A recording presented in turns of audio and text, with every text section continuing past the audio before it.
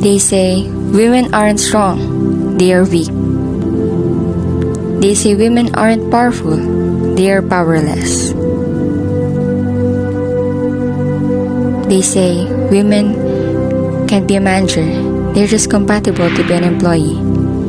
They say women are just like this and not like that. But if there's one thing that we women know is this has to stop.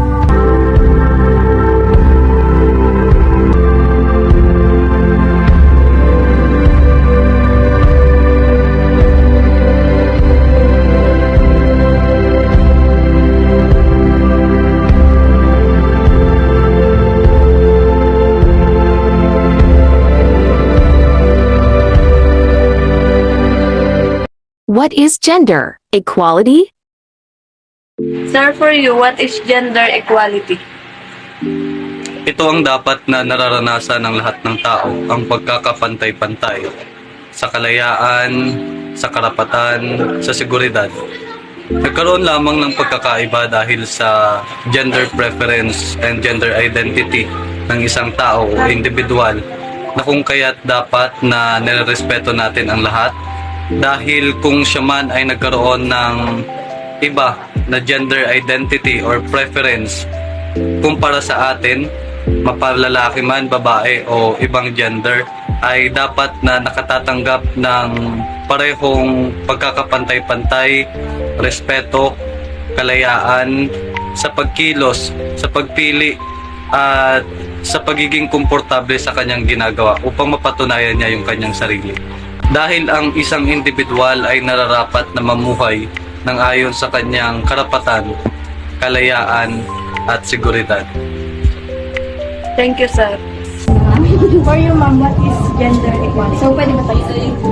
So, yun, basically, para sa akin, ayon din sa napag-aral, ang gender equality is yung, syempre, in Tagalog, pagkakapantay-pantay. Pag sinabi kasi natin inequality, not just in gender, walang bias. Kumbaga, kung ano man yung trabaho, when it comes to trabaho, kung anong kaya ng babae, or kung anong trabaho ng pambabae, dapat kaya din ng lalaki. Hindi yung porket gawain pambabae lang to is para sa panlalaki. Ganon. Simple lang. Para po sa akin ng gender equality, pagkakapantay-pantay ang bawat sasalian, maging bakla ka man, tomboy ka man, babae o lalaki. Di ba dati meron tayong gender discrimination na tinatawag kung saan hindi nabibigyang pansin ang mga kapwa natin LGBT na makahanap ng trabaho na para sa kanila kasi mas titignan yung mga kahinaan nila, diba? Lalo na kapag bakla ka, hindi ko pwede maging pulis kasi ang pulis ay parang and then sa edukasyon, so yun lang. Thank you po. Ano ang gender equality?